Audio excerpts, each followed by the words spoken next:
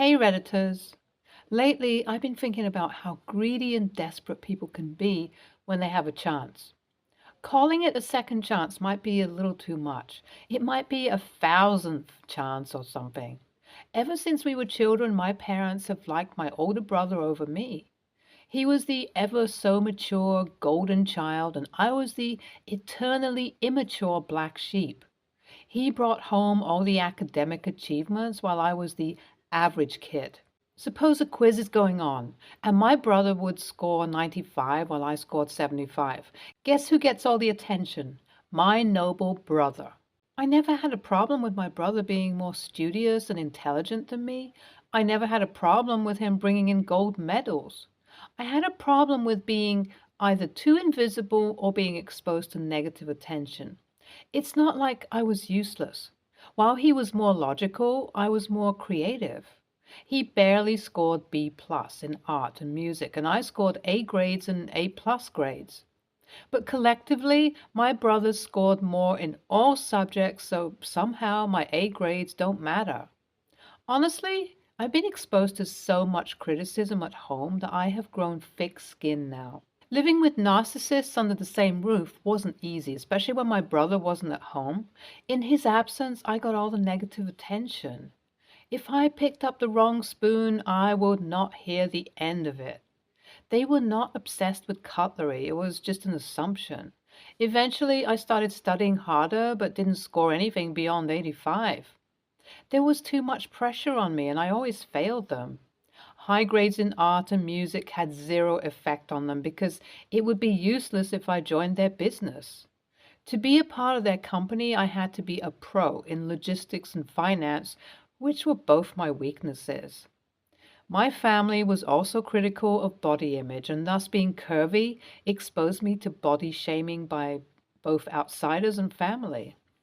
I had been chubby my whole life. People assumed that I ate a lot, and I did honestly. I ate a lot and then vomited everything out.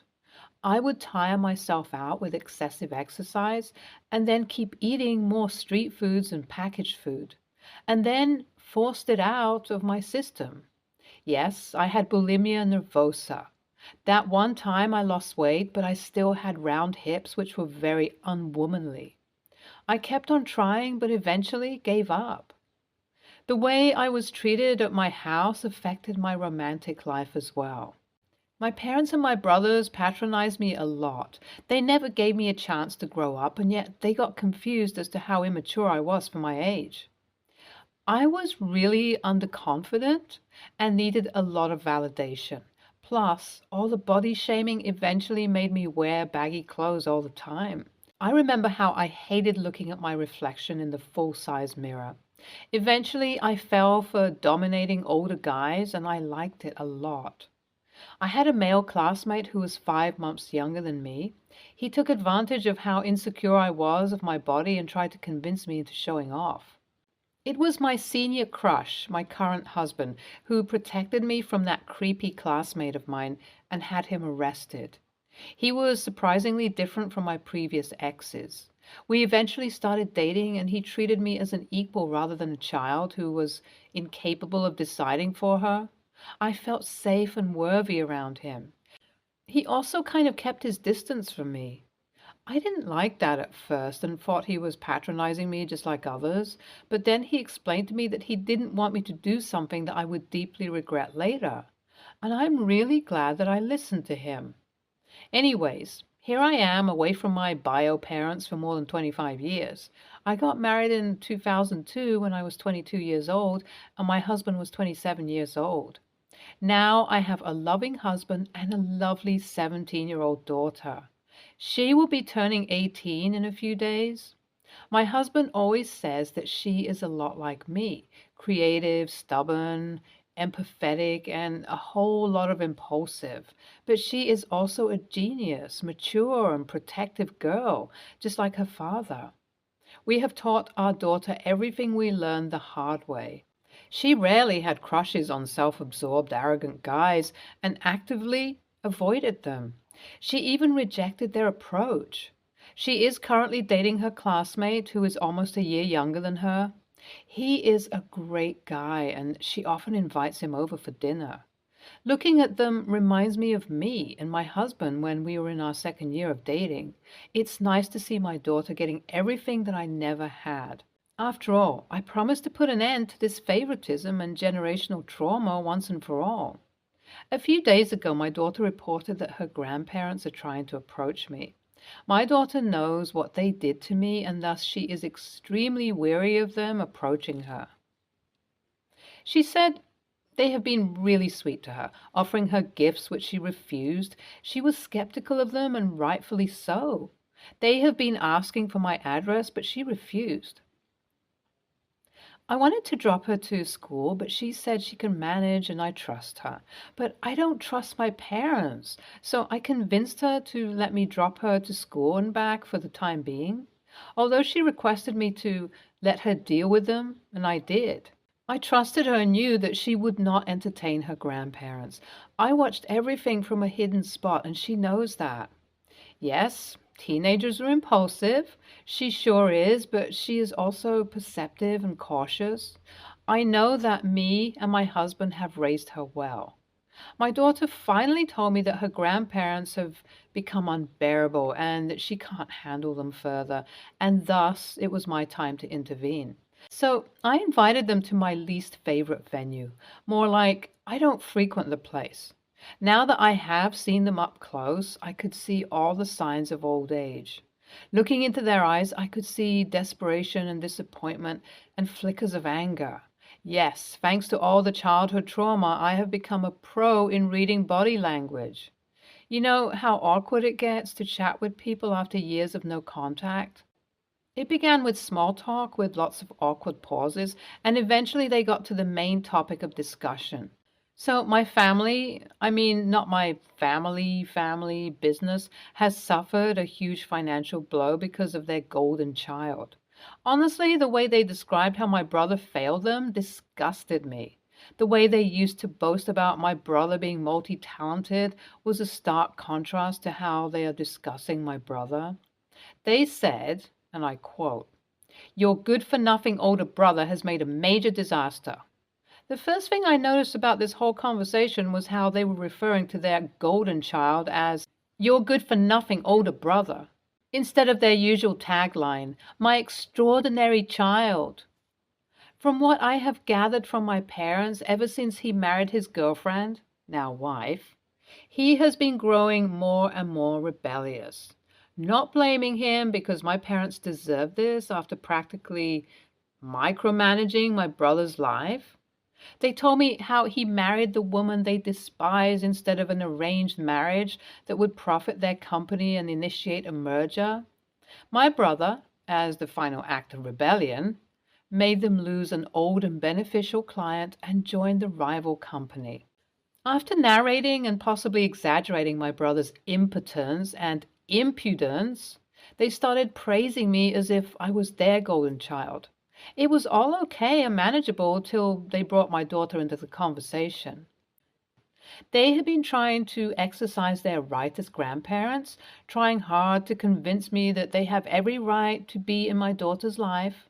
They tried to guilt trip me, saying that I was being a bad daughter and a cruel monster who was keeping her daughter away from her grandparents. They were also saying how I have spoiled my daughter and practically brainwashed her into believing that her grandparents are a monster.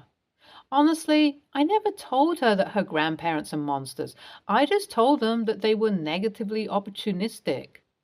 They kept on bringing up my past to prove how I was letting my past affect my present and practically micromanaging my daughter's life. You know, people usually see people the way they treat them. They assumed that I am micromanaging my daughter's life the way they did mine.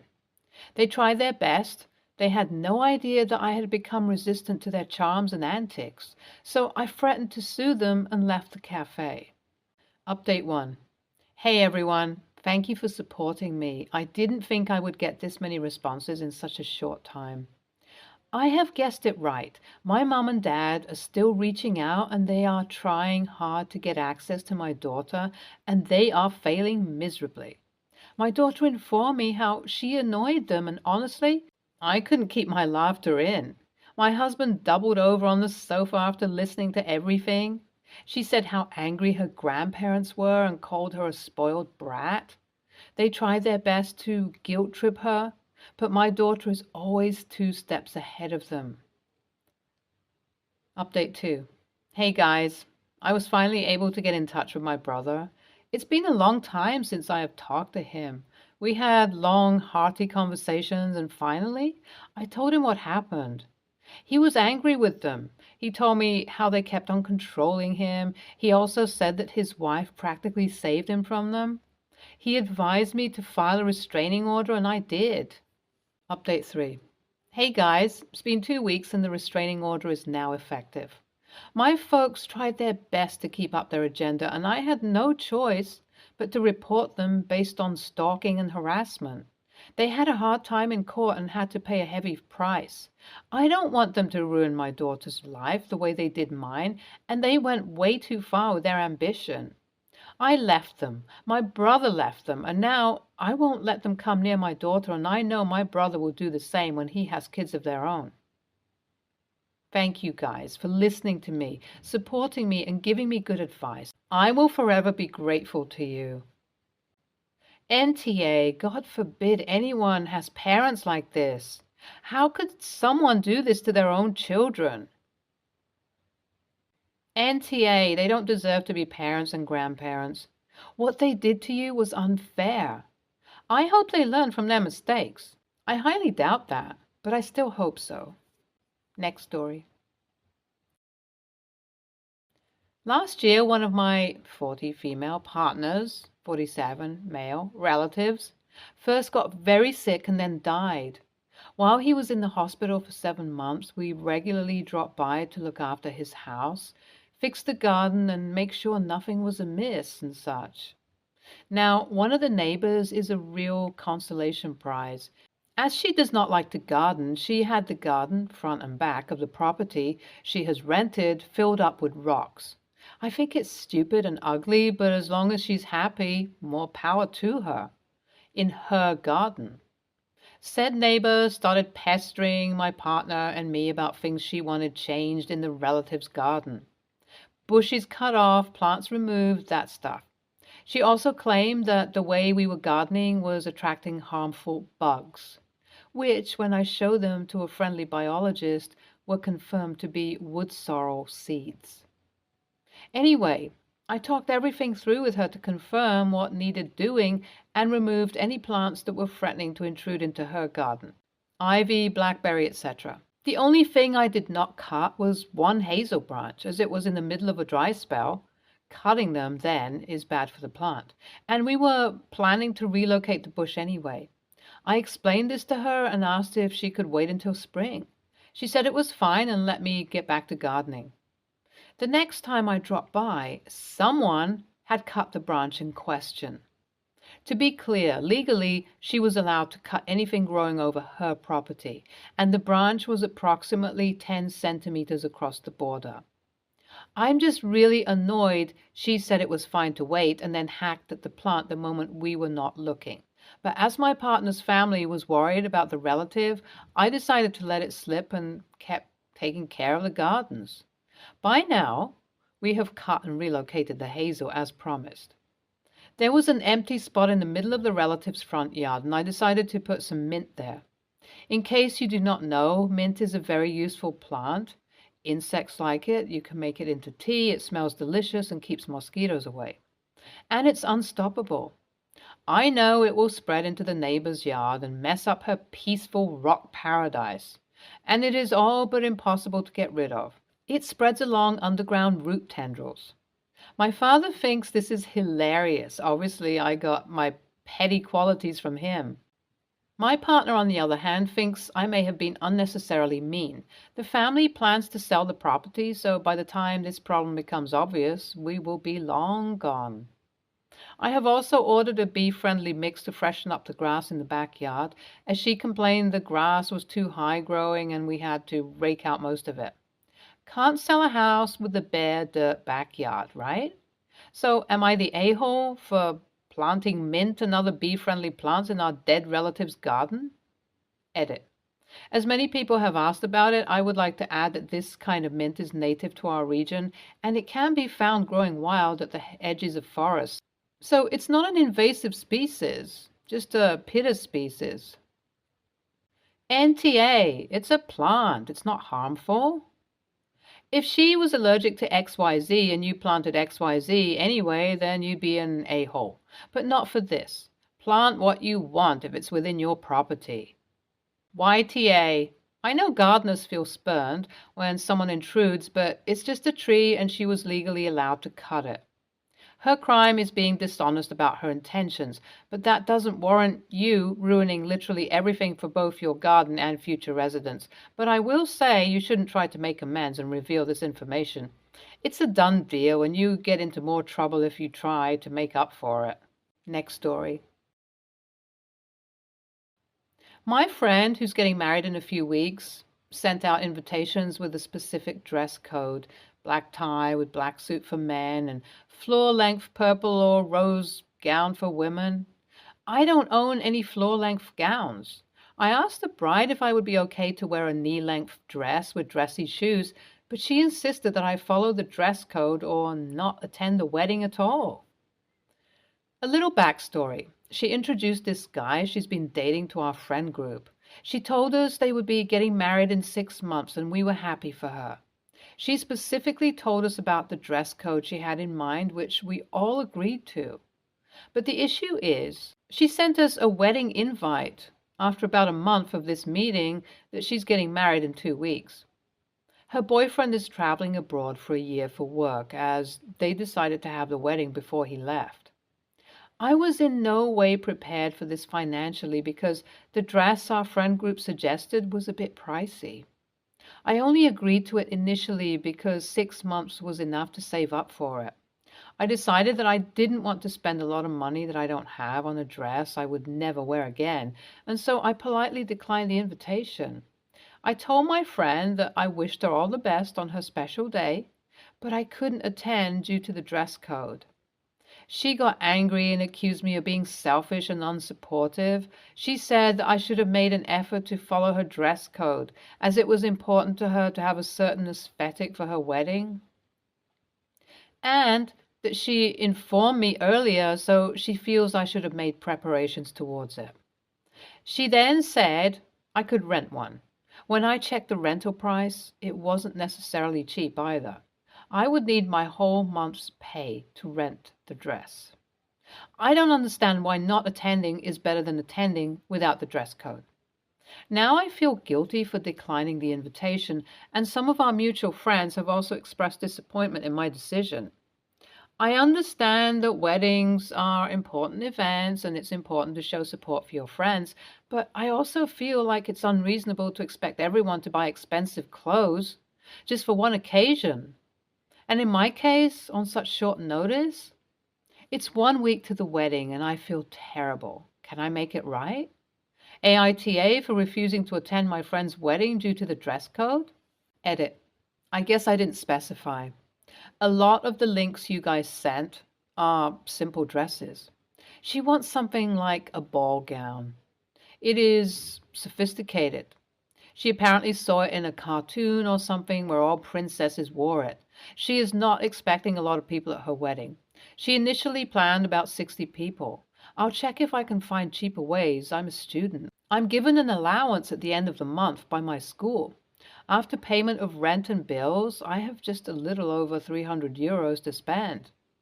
I haven't even been paid yet for the month, and the wedding is this weekend. Also, thank you for all your comments. Edit 2. Thank you all for everything. I was able to attend my friend's wedding today. I found a rose gown, more like pink, and I wore it. I went up to her to announce my presence. She was too busy to comment on the dress or thank me for coming. Apparently, all our other friends had something to do, like in charge of food, decor, but I had nothing to do. So I sat quietly throughout and left quietly after the wedding. I don't think she will even realize I'm missing in the photos. Now I wish I stayed at home, but it's all part of life, I guess. NTA, setting a dress code is more like formal business casual cocktail attire. not dictating a costume for your guests. Now, are people going to keep pulling shit like this? Sure. But it's not wrong of you to say no thank you. Won't be able to make it. NTA, your friend has every right to set a dress code for the wedding, but she doesn't get to be angry when people who can't follow the dress code RSVP no. Stay tuned for more stories from our girl relationships.